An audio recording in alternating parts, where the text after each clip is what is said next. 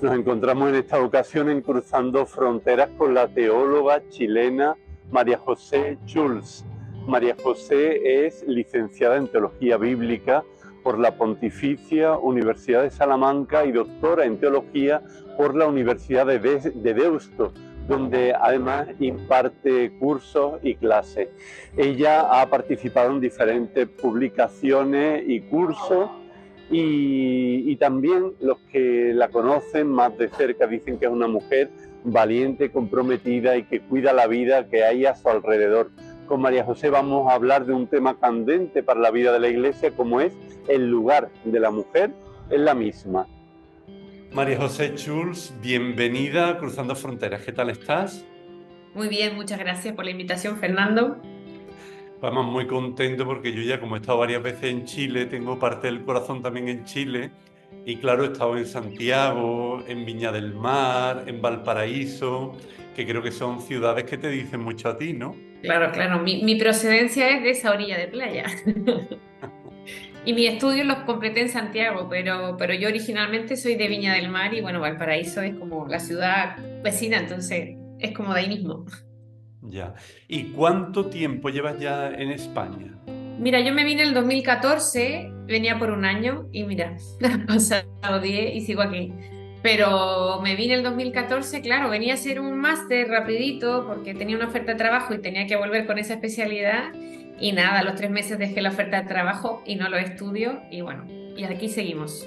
Bueno, yo entre las cosas que me he leído de ti, claro, es que eres jugadora de hockey sobre hierba, que eso para una teóloga es una cosa así como muy, muy Bueno, original, ¿no? es que a mí siempre me han gustado los deportes y yo en realidad tengo mucha energía vital, entonces necesito gastar un poco de energía en otras cosas que no sea el trabajo, porque si no, pues la pobre gente encuentra que soy muy expansiva, que mi energía arrasa, entonces necesito gastar esa fuerza en deportes y he intentado hacer deportes de equipo pues, desde el colegio hasta ahora, o sea, yo he hecho de todo, o sea, y particularmente en Bilbao pues, se dio la oportunidad que había un equipo de mamis, o sea, de mujeres mayores de 40, que eran deportistas y querían ejercitarse, pues yo me sumé a ese equipo y sí. Y bueno, me hice una lesión y por eso llevo un año fuera de las pistas, me corté el ligamento cruzado.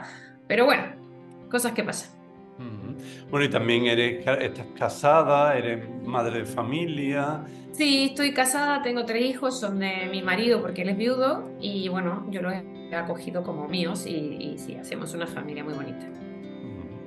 Y luego, bueno, has estado en sitios yo creo que muy emblemáticos, ¿no? Por ejemplo, en Calcuta con las misioneras de la caridad y luego en el Hogar de Cristo de Valparaíso, los hogares de Cristo que son tan conocidos allí en Chile, ¿no? Ah, sí, sí, bueno, la verdad es que yo vengo de un colegio que era de la Religiosa del Sagrado Corazón y bueno, creo que su estrategia de poner el corazón en los pobres, pues conmigo funcionó y yo desde que salí del colegio siempre busqué un lugar donde ser voluntaria. Entonces, mi primer tiempo estudiando ciencias religiosas, porque mi papá no me dejaba estudiar teología, fue en Valparaíso y entonces ahí era voluntaria de un centro abierto donde la gente solo iba por la noche. Entonces hacíamos camas, preparábamos comida, dábamos comida y ahí conocimos a toda la gente que vivía en la calle.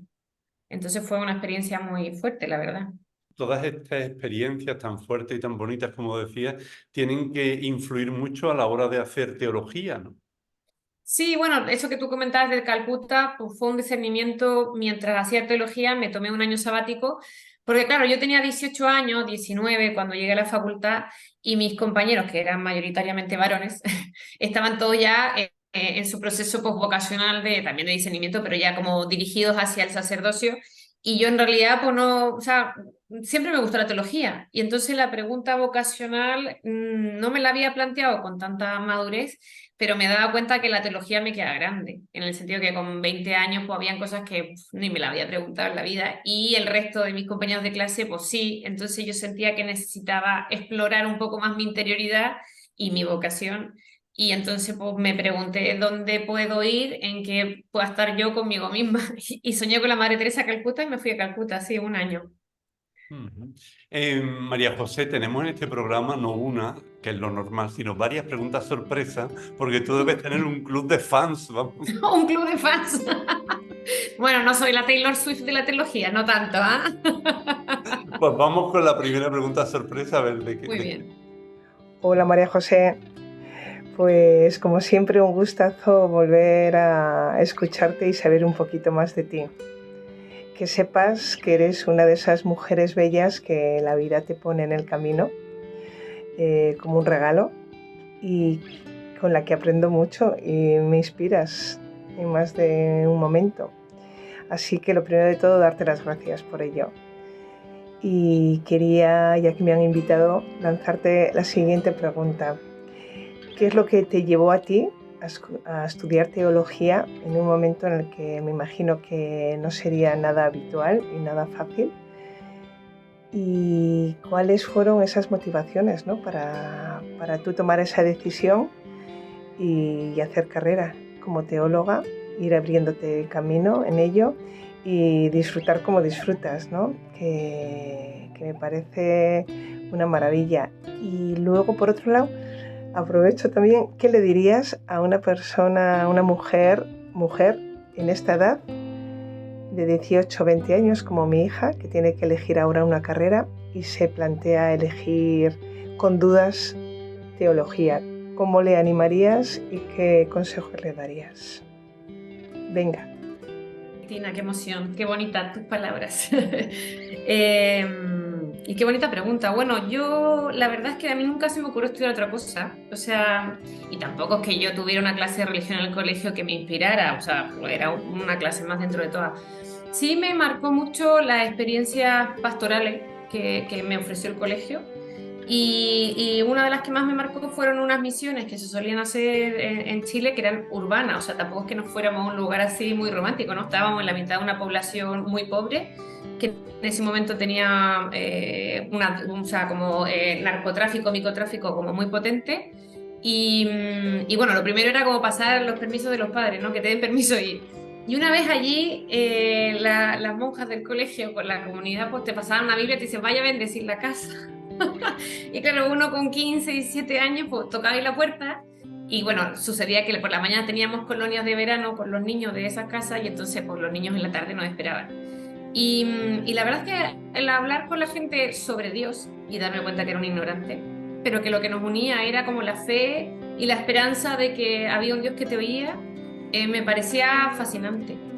Porque en el fondo, al siguiente año me tocó, por ejemplo, en Chile tenemos el proyecto de las media aguas, por desgracia, que son estas viviendas de emergencia frente a las catástrofes, ¿no es cierto?, climáticas, incendios, pues construimos estas media aguas y el siguiente año fui a construir media agua y claro, la gente también, el contacto con las familias de una realidad de esa vulnerabilidad, digamos, te dan ganas de ofrecerle todo, pero claro, yo en ese momento podía ofrecerle un techo, pero el año siguiente pues, ya no era un techo, iba a necesitar un colchón, una manta, como decimos en Chile, ¿no?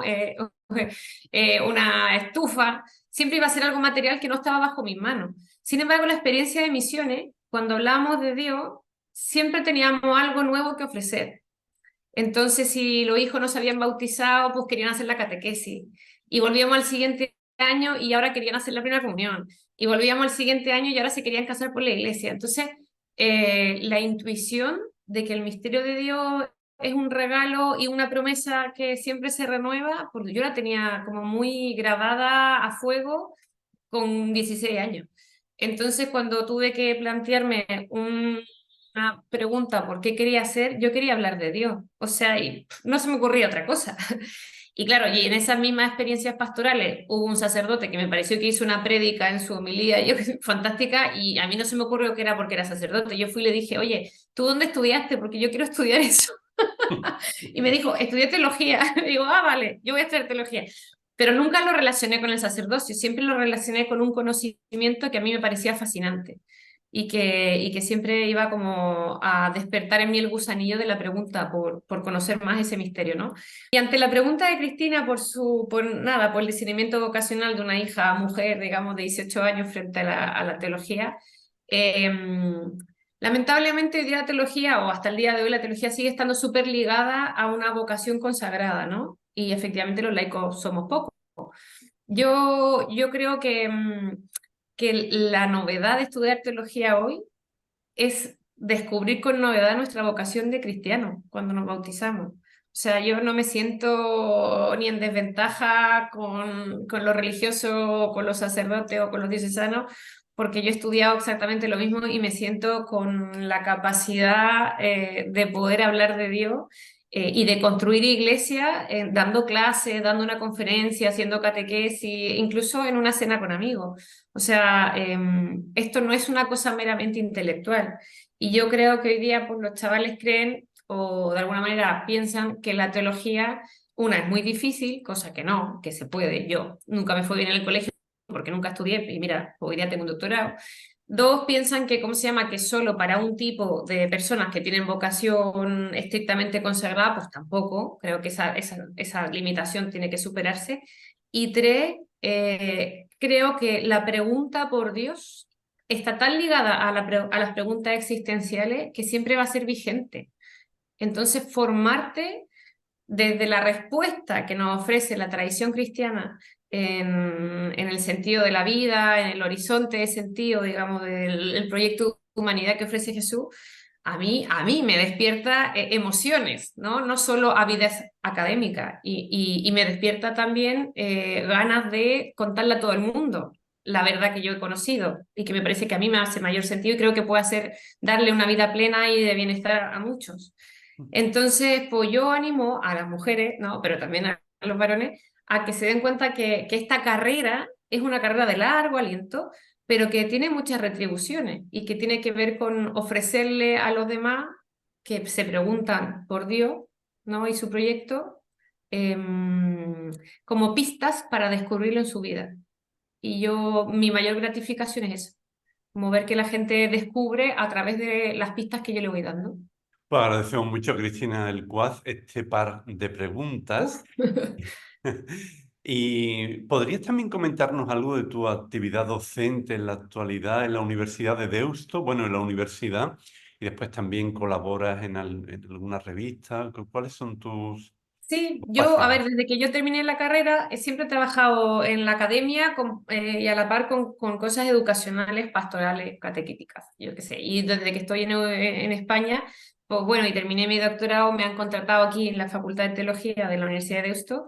Y efectivamente, pues doy clases aquí a estudiantes de teología de licencia, doy clases también en el seminario de Vitoria, algunos talleres con laicos y con religiosas muy bonitos. Y la verdad es que lo que yo digo, yo lo disfruto mucho. O sea, efectivamente, por repetir la asignatura cada año te puede parecer como redundante y repetitivo. Pero es verdad que como yo siento que regalamos un contenido que aquel que lo toma en serio está lleno de sentido y una riqueza como sapiencial que ayuda para la vida, la verdad es que pues, termino cansada el cuatrimestre, pero estoy profundamente feliz de los frutos y de tantas personas pues, que se han abierto a conocer por dónde Dios pasa y conocer la historia de salvación y conocer cómo se llaman los libros bíblicos, que son como mis temáticas, ¿no? Sí. Bueno, pues vamos ahora con otra de las preguntas sorpresa de un tema al que ya has hecho alusión, pero yo creo que es bastante interesante el que sigamos profundizando en él. A ver quién te hace la pregunta. Bueno, compañera, aquí estoy, María del Mar, un gusto saludarte y también un placer escucharte, como siempre. Creo que tenemos suerte de que vayas encontrando estos espacios abiertos y públicos en los que puedes ir compartiendo pues, toda tu sabiduría y toda tu experiencia, que es mucha. Creo que eres una mujer con un montón de capacidades y que bueno, pues es un gusto que las puedas ir poniendo ahí en juego y puedan ir dando fruto y un fruto bueno.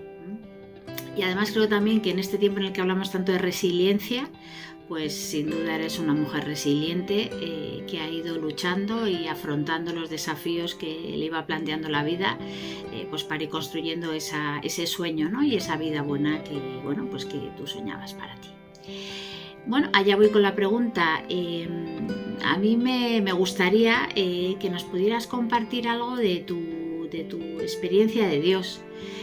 Creo que además en estos últimos tiempos de tu vida, ¿no? Pues tú has vivido un montón de experiencias importantes, una experiencia migratoria, eres una mujer migrante en Bilbao, la experiencia de construir una familia y la experiencia pues, de haber hecho un doctorado y una tesis dentro del ámbito de la teología, como mujer laica.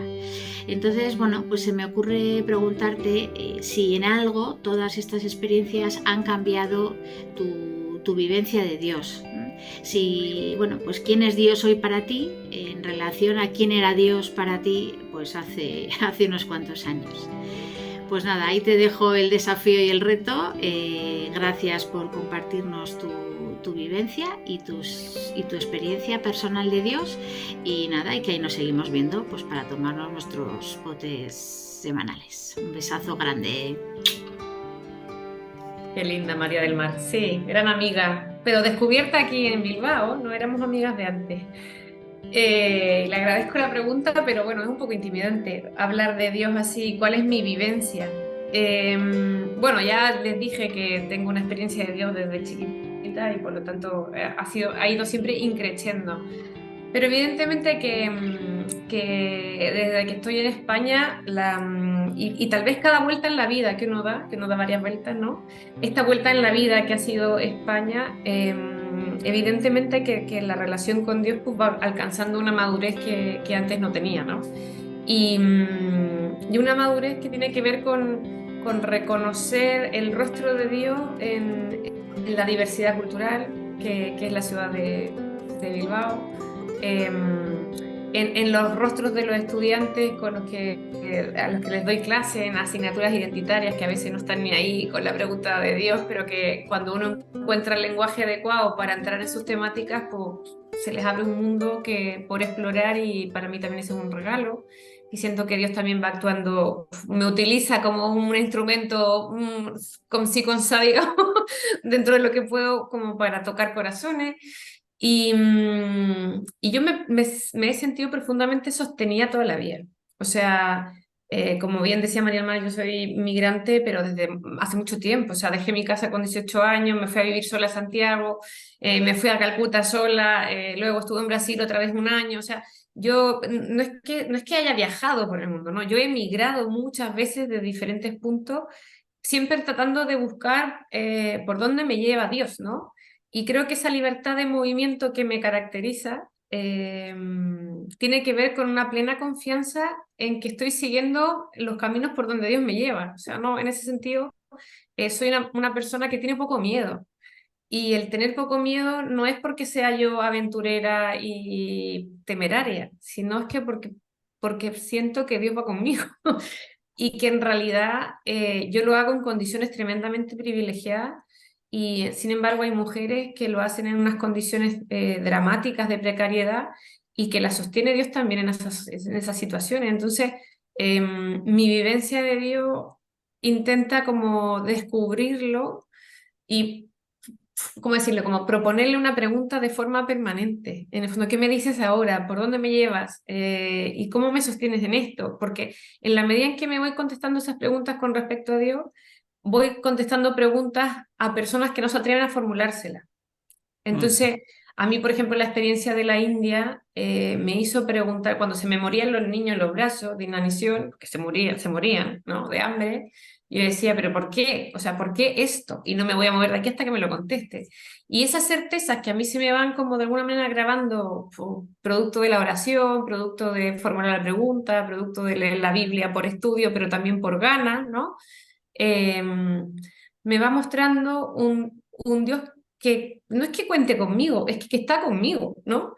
Entonces, pues, ¿qué voy a temer, ¿no? Entonces, esa resiliencia de la que me pregunta María del Mar es resiliencia porque yo vuelvo a confiar, lo que no significa que no tenga preguntas o dudas de fe. Lo que pasa es que me he hecho cargo de ella. Entonces, y lo digo no con la soberbia, sino con humildad, que cuando uno experimenta que Dios se hace cargo de las preguntas que tú le formulas, pues se te responde en certeza, ¿no? Y esas certezas pues te mueven. Y entonces cuando me muevo y se vuelve a abrir otra pregunta, esa pregunta se responde bajo una nueva promesa. Y como Dios me ha respondido a mí desde muy chiquitita, y no siempre la respuesta me ha gustado, ¿eh? Pero siento que sí me ha respondido, pues me atrevo a preguntar. Y tengo que hacer un ejercicio de atreverme a estar atenta a escuchar, porque a veces la respuesta no es la que quiero. Entonces, Nada, pues yo cuando Jesús es mi amigo, como te enseña en la catequesis, pues sí, en mi caso lo es y cuento con él para todo. Eh, y eso es lo que intento transmitir a través de las clases, de las conferencias, de las charlas, de las instancias de formación que me suelen pedir. No es solo académico, o sea, si yo no pusiera en la academia la experiencia de Dios, sería una teoría vacía. Y, y creo que la riqueza, al menos de la teología latinoamericana, donde vengo yo, es que precisamente no puede teorizar si no habla desde el contexto y la experiencia. Entonces, eso yo creo que ese es mi toque particular. Pues agradecemos también a María del Mar Magallón esa pregunta y su presencia aquí en el programa. Y vamos a seguir hablando, claro, de un tema que para ti es fundamental, que fue tu tesis doctoral sobre la primera carta de Pedro. Eh, Cuéntanos un poquito por qué elegiste este tema y después vamos a irnos adentrando porque tú, claro, tú haces una lectura, una profundización muy interesante de esta carta y también nos revela el desconocimiento general que hay a veces en torno a todos estos textos que realmente son un pozo inspirador, además en este tiempo sinodal, que ahora últimamente también has escrito sobre Primera de Pedro y el camino sinodal. Así que podríamos entrelazar esos dos temas, pero ¿por qué elegiste esta carta? Mm. Mira, cuando yo comencé la licencia, que fueron los primeros motivos por los que vine, evidentemente que quien dirigía el proyecto pues te hace la pregunta y dice, bueno, ¿qué es lo que a ti te interesa investigar? Porque lo ideal es que te toque el corazón, no solo la mente, ¿no? Y entonces para mí una pregunta que siempre había estado ahí como desde lo anecdotario, como decir, oye, pero no te creo que porque fuiste predicando por ahí los primeros apóstoles que Jesús había resucitado, pues todos te creyeron. O sea, porque en el fondo hoy día puedo decir que alguien resucitó, es como decirte que no sé, que hay gente que vive en Marte, ¿no? Es como increíble. Entonces yo siempre tuve como la curiosidad y me parecía interesante luego estudiar qué había acompañado al anuncio o al querigma, como se dice, ¿no? Al Señor resucitado. Porque una cosa es lo que tú predicas, pero es que efectivamente la adhesión a un grupo religioso pues, tiene que ir más acompañado, la doctrina tiene que ir acompañada de algo más, porque que si no se cae por sí misma, ¿no? Y entonces, esa es la pregunta original de lo que quería estudiar. Y claro, me parecía que Pablo estaba tremendamente estudiado y siempre me pareció súper difícil, Pablo, entonces lo descarté rápidamente. Y luego esa pregunta original pasó a como a concretarse en la pregunta por, bueno, como la estrategia de evangelización, es decir, ya, vale, contamos el anuncio del querigma, de qué va acompañado y qué hizo que entre la muerte de Jesús, que no había nadie en torno a él en la cruz, estaban todos muertos de miedo, y yo qué sé, la oficialización de la religión cristiana en el Imperio Romano, entonces, bueno, aquí pasó algo sociológicamente hablando que... que le ha dado como consistencia al cristianismo, ¿no? Entonces, para mí la pregunta era esa, como, ¿qué pasó? Que entre no haber nadie y hacer muchos, ¿qué fue lo que terminó convenciendo? Que esta era como una oferta de sentido para la gente de ese tiempo, ¿no? Y entonces derivo en la carta primera de Pedro, una, porque hay poco estudio y siempre me parece que hay que ser original para tener trabajo, no hay que hacerlo de todo el mundo porque si no, no te contrata nadie. Y lo segundo, pues tenía que ver que la carta de Pedro pues, es de una riqueza enorme y yo creo que entramos un poco en ella, la liturgia la cita de vez en cuando, pero entramos un poco en ella. Y luego, en la medida en que la leía, pues, yo decía, aquí hay algo, aquí hay indicios de algo que me es invisible, pero que intuyo que existe, ¿no? Y que es precisamente de que el cristianismo se volvió atractivo más allá de la doctrina que pronunciaba, ¿no? Y eso que lo volvió atractivo, pues tenía que ver con el estilo de vida de los cristianos. Que capaz hoy día uno dice, bueno, pero entre un cristiano y un musulmán, pues no veo la diferencia, ¿no? O entre un judío, un cristiano y un hindú, pues más o menos hacen lo mismo. No, pues para la época, no solo el mensaje que podríamos como concentrar las bienaventuranzas, si quieres decir, ¿no? De Jesús, sino que también había una demanda de una coherencia de vida con ese mensaje que era absolutamente novedoso para la época, sobre todo para los valores éticos de la sociedad mediterránea del siglo I, ¿no?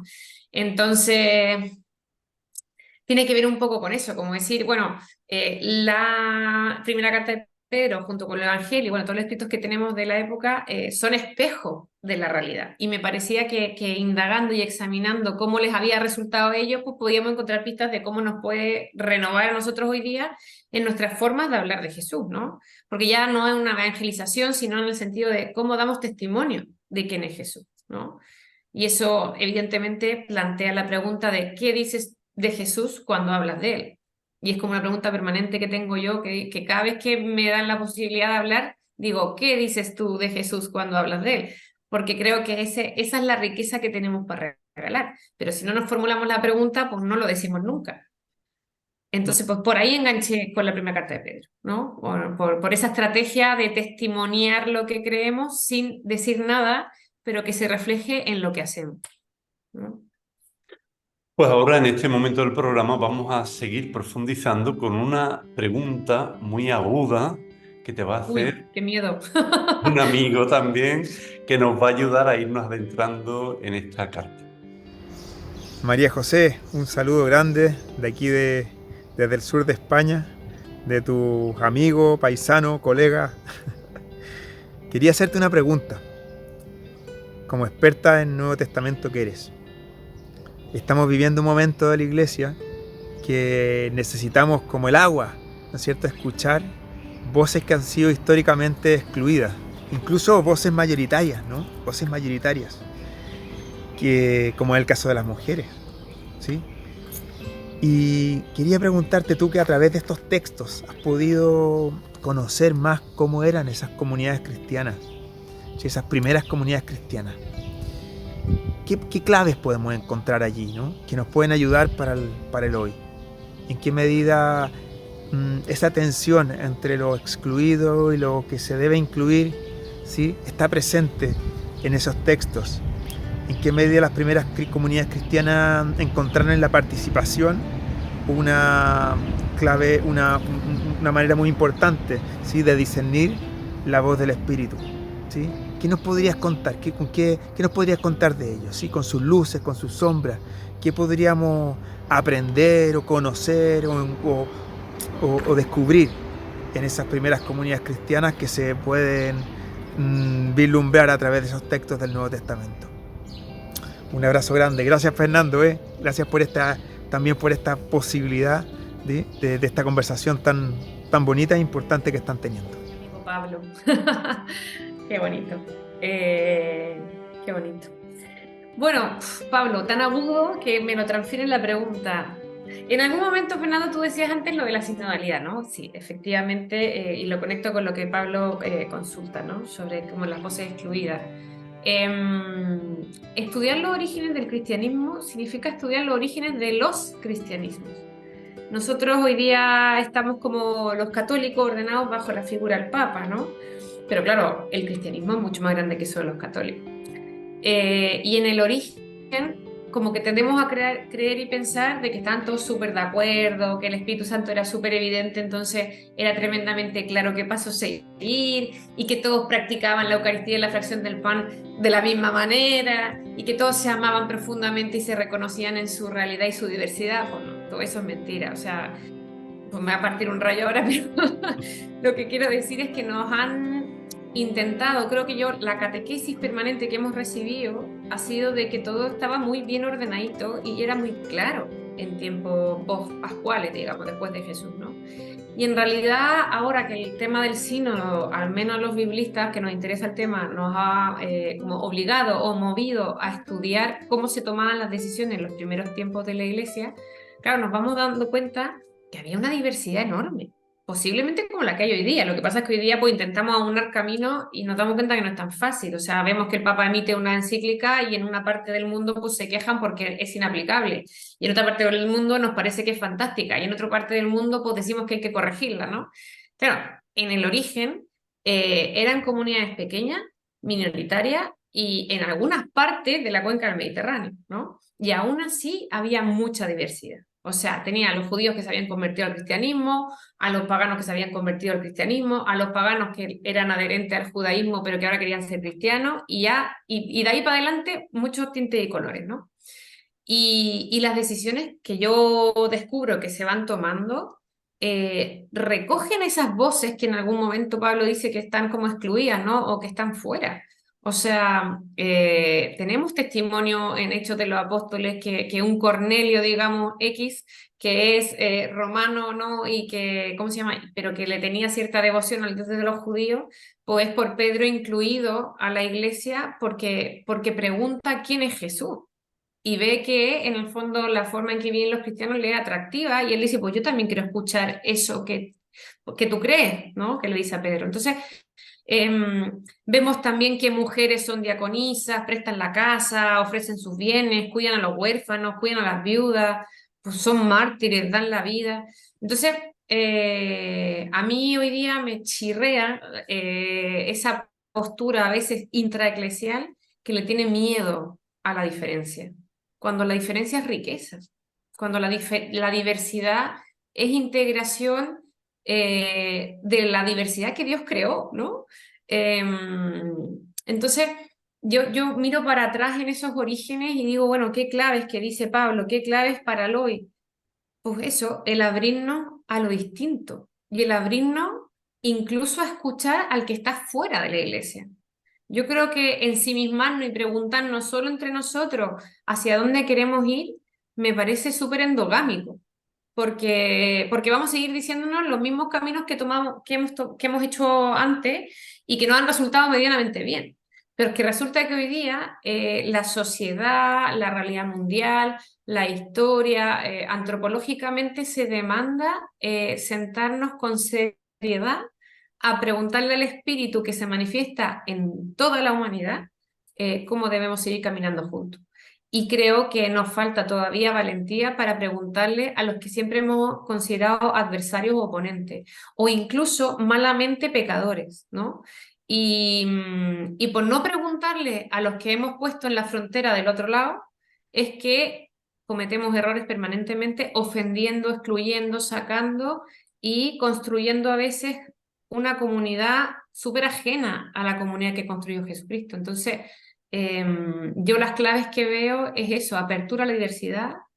La verdad es que superar el miedo confiando en el Espíritu Santo. Veo la escucha atenta de Jesús a lo diferente, a las mujeres extranjeras como la sirofenicia, a la samaritana que también pues, estaba estigmatizada por ser de Samaria, ¿no? Y por tener 5 maridos, 7 maridos. Imagínate preguntarle a una mujer que tiene 7 maridos, ¿no?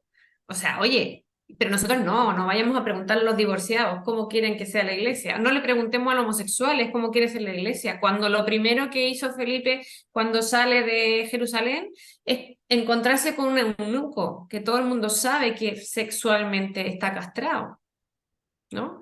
Y lo bautiza, lo primero que hace. Nunca nos hemos escandalizado del bautismo del eunuco. Hoy día, ¿por qué nos escandalizamos que una persona travesti, una persona homosexual, una persona LGTBI más plus, una persona extranjera, un excombatiente? Pues yo qué sé, o sea, le tenemos miedo a la diversidad y le tenemos miedo a ese Espíritu Santo creativo.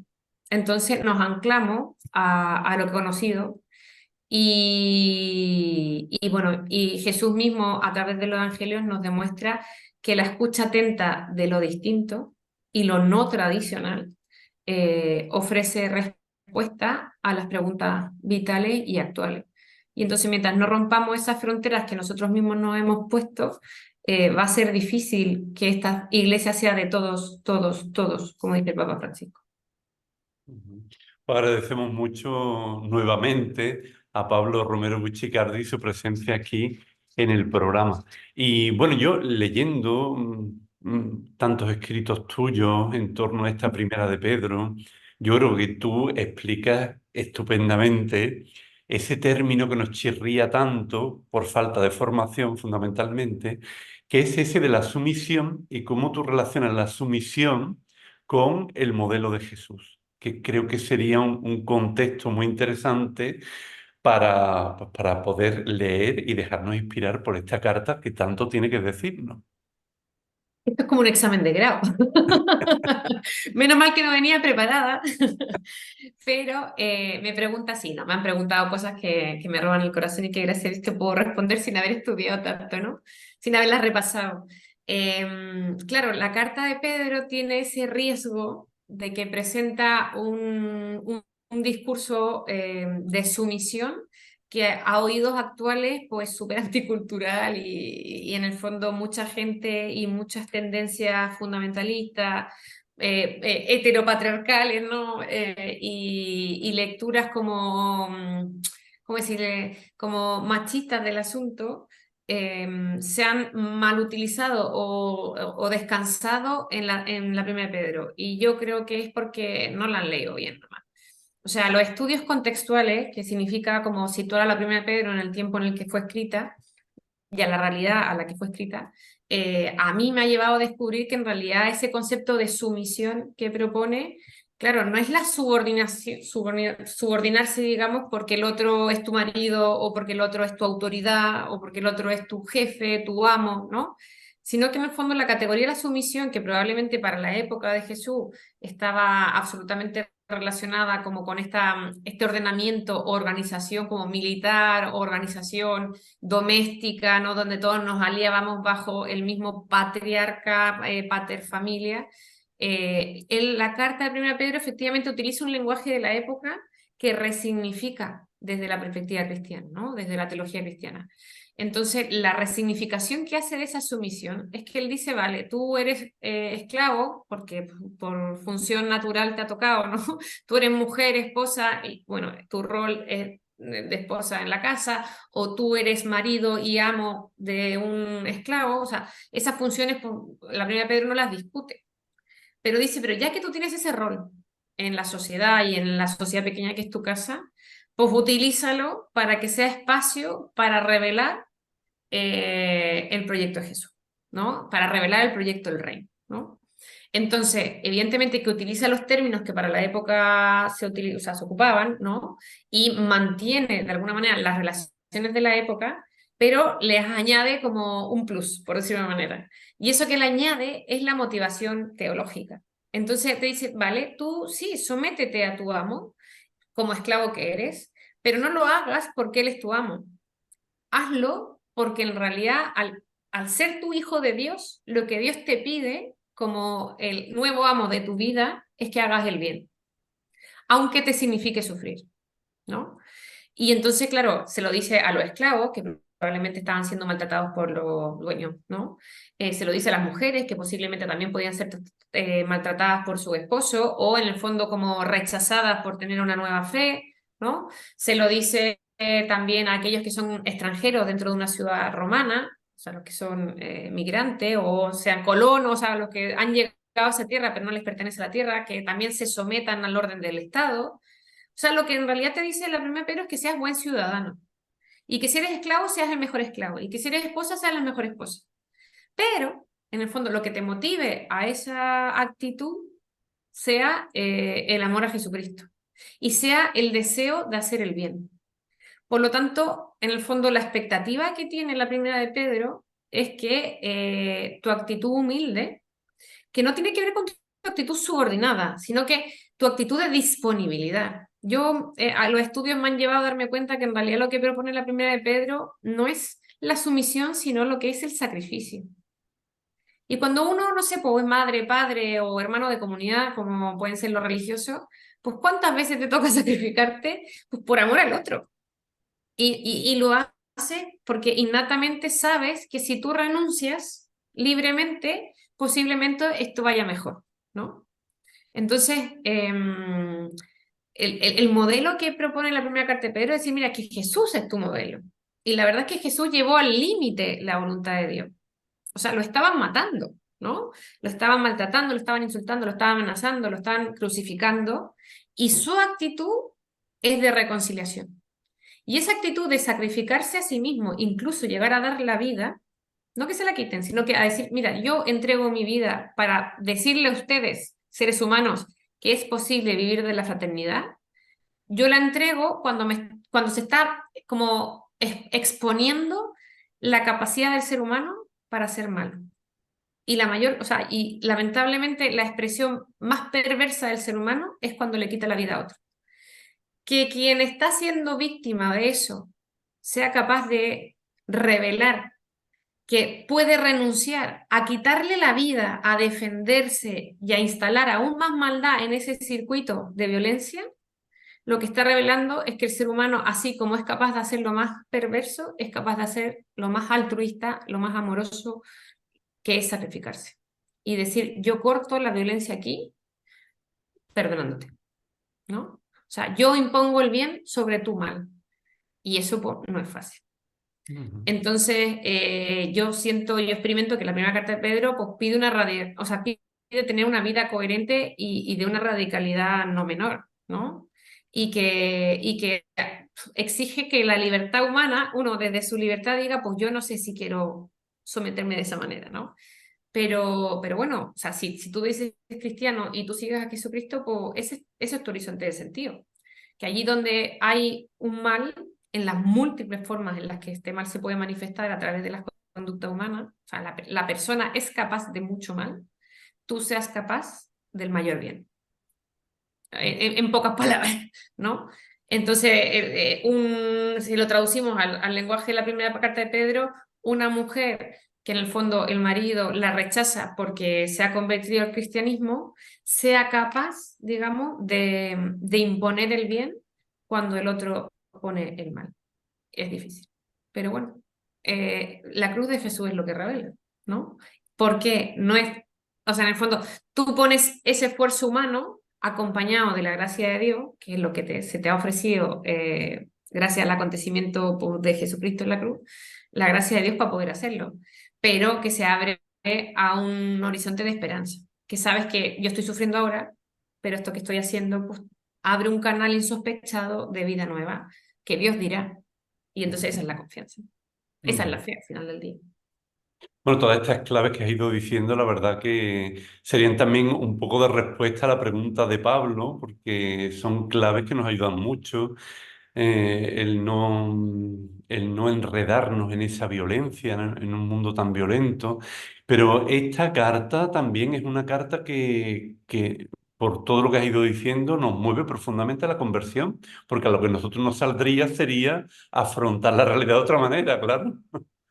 Sí, ciertamente. Y tampoco o sea, tampoco te está diciendo que te quedes ahí sin decir palabra. Lo que te está diciendo es que si tú vas a responder a esa violencia, tu respuesta, en el fondo, refleje las relaciones fraternas que Jesús te ha revelado tener. Entonces, claro, no es como sumisión silenciosa a recibir un golpe injusto. No, no, no, no. En el fondo es disponibilidad, sacrificio y humildad para que, aunque estés sufriendo, tu respuesta siempre sea el rostro de Dios. ¿Y cuál es el rostro de Dios? Pues la misericordia, la compasión, el entendimiento, la reconciliación. María José, tú que has estudiado tanto esta carta y también las de Pablo y todo el contexto, resulta que el lugar de la mujer en ese momento en la iglesia naciente era mucho más relevante del que nos pensamos ahora, ¿no? Bueno, yo me siento súper relevante en la actualidad. O sea, perdona que te lo diga, Fernando, pero en realidad eh, yo creo que visiblemente pareciera que no somos relevantes, porque es verdad, se hace un concilio, pues van solo hombres, varones, obispos, no sé qué, pues se hace una ordenación sacerdotal y solo hay hombres, ya, ¿vale? Estructuralmente estamos fuera. Sí, estoy de acuerdo. Pero esta iglesia se sostiene desde los orígenes por la perseverancia de las mujeres. Entonces, lo que nos falta es reconocimiento. Y nos falta en el fondo que oficialmente nos sitúen donde están los varones, digamos. Pero en realidad nosotros estamos en todo el resto del mundo.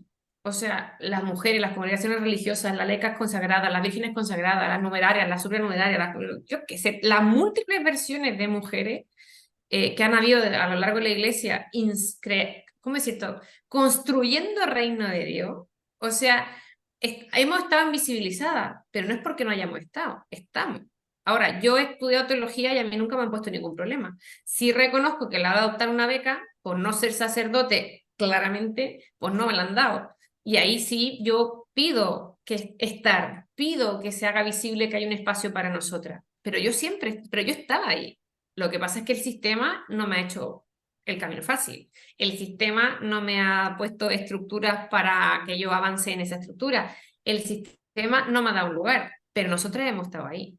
Entonces, volviendo al origen de la pregunta, tú dices, bueno, ¿qué pasa con la mujer ayer y hoy? Pues yo creo que lo que pasa es precisamente que la otra mitad del mundo no nos quiere situar al mismo nivel. Eso pasa. Pero nosotros siempre hemos estado al mismo nivel. Entonces lo que estamos peleando no es tener más poder, no es tener, ¿cómo se llama? ¿Cómo decir? Roles que no hemos tenido. Es que hemos sido sacerdotes siempre. Lo que pasa es la diferencia es que no hemos sido ordenadas, pero en el momento en que hemos sido bautizadas, somos sacerdote, profeta y rey como el resto de la humanidad que se ha bautizado. Ahora, yo no puedo levantar la mano y consagrar, está claro, pero yo he hecho fracción del pan, he compartido, he tenido ritos sacramentales, pues montones, pero yo no necesito, como decirte, o no hemos, lo que demandamos ahora es que de alguna manera se nos reconozca esto que hemos hecho siempre, ¿no? Y no como una búsqueda de adquirir el mismo privilegio o adquirir el mismo poder que ha tenido los varones, sino como simplemente hacer visible que en la medida en que nos reconoces, ¿cómo se llama? Nos miras con la dignidad que nos merecemos ser vistas.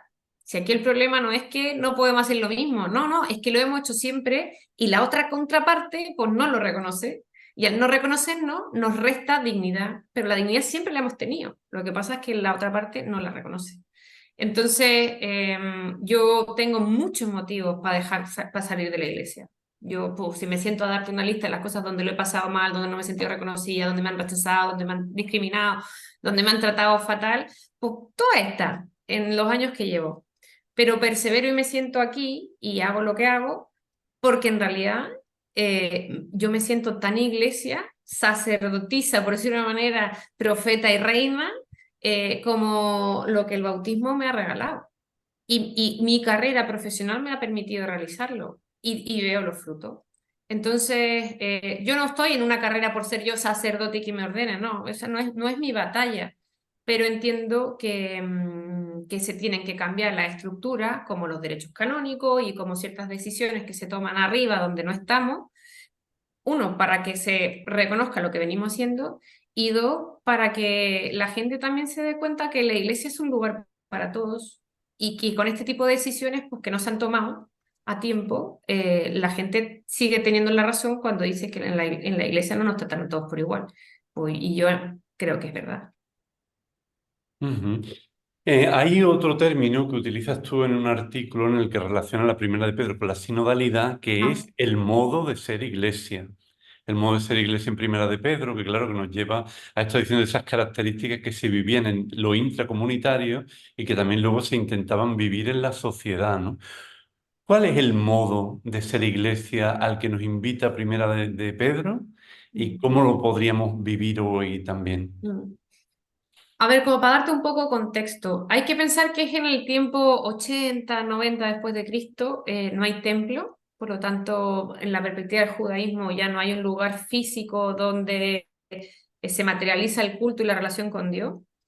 Y el cristianismo claramente ha llegado como a regiones inesperadas, ¿no? Eso como que nos pone en evidencia la primera Pedro.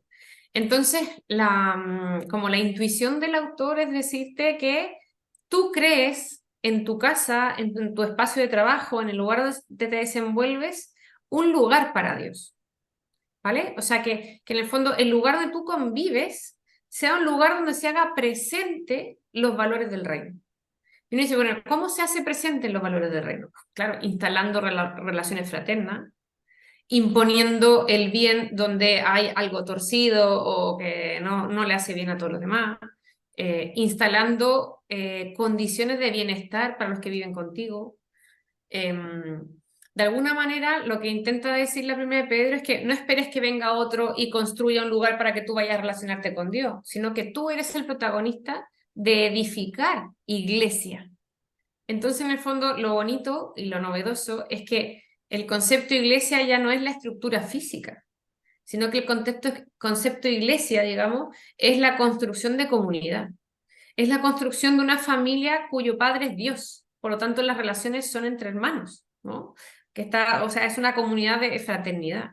Entonces, la maravilla de esta carta es que te mueve a que tú en todos los planos donde te desenvuelvas, de alguna manera intentes instalar los valores del reino. Y entonces, independiente de decir que esto es de Jesucristo o esto es del Rey Imperio Romano, simplemente reveles con tu conducta un modo de ser que refleja el deseo de Dios para la humanidad, que es la fraternidad y el bienestar para todos.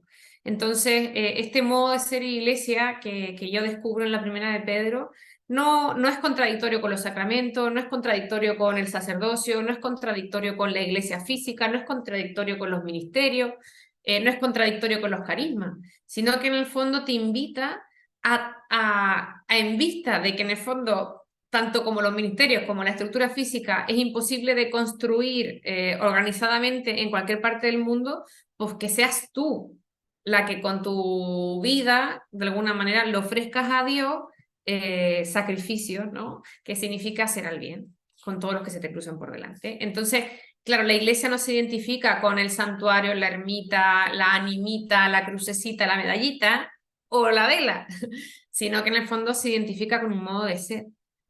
Y eso me parece determinante.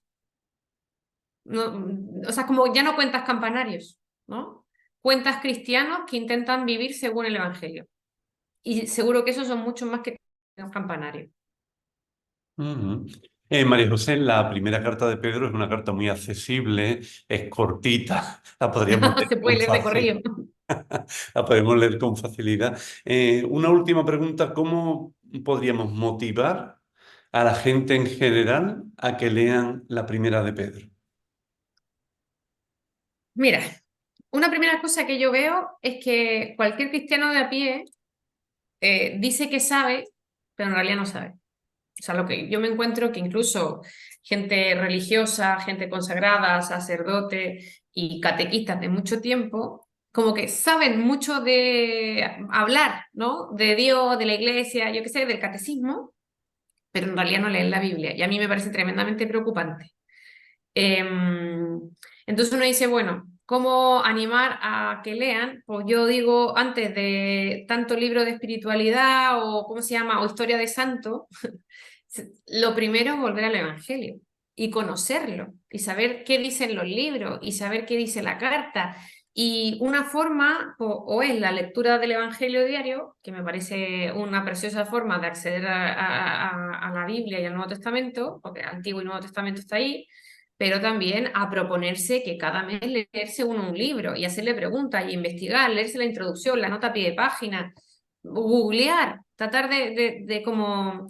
Porque ¿sabes qué ocurre? Que entre los cristianos católicos, pues la última vez que escuchamos seriamente y nos formamos fue la primera comunión y teníamos 7 años.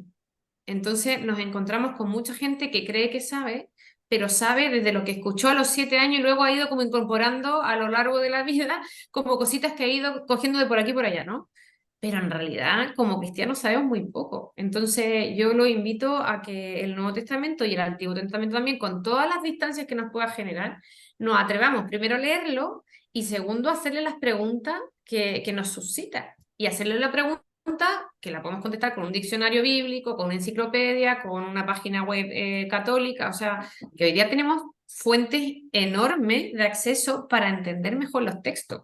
Entonces ya no hay excusa para decir es que yo no lo entiendo, a mí no me hace sentido, es un lenguaje antiguo. O sea, yo creo que si seguimos confesando nuestra fe, la tenemos que confesar con fundamentos sólidos y no con palabritas y frases. Es como que la gente está llena de frases como Dios así lo quiso, la voluntad de Dios, Dios castiga pero no a palo, y todo eso es mentira. Pero no lo hemos regenerado con nuevas frases porque no nos hemos preparado y no nos hemos formado en nuestra fe. Y me parece tremendamente peligroso, porque ponemos en el rostro de Dios cosas que no son. Y la gente deja de creer en Dios porque le hemos mostrado a un Dios que no es verdad. Y ese me parece que es el mayor daño que le hemos hecho los católicos a los creyentes de las siguientes generaciones. Hemos hablado de un Dios que no existe, porque estamos llenos de frases pues, que no están aterrizadas con la experiencia de Dios. Cuando hablamos de la experiencia de Dios, probablemente la gente dice, ¿dónde está? Dime, ¿cuál es? Quiero conocer eso. Pero cuando hablamos de la frase montada, armada, pues yo no sé si despierta mucha fe, ¿no? Bueno, María José, muchísimas gracias por esta conversación que yo creo que continuaremos en otro momento por hablarnos de esta carta, primera carta de Pedro, que es toda una encíclica con la autoridad del apóstol. Bueno, una encíclica, ¿no? La primera encíclica. Yo siempre defiendo que es la primera encíclica, no sé si lo será, pero yo defiendo que sí.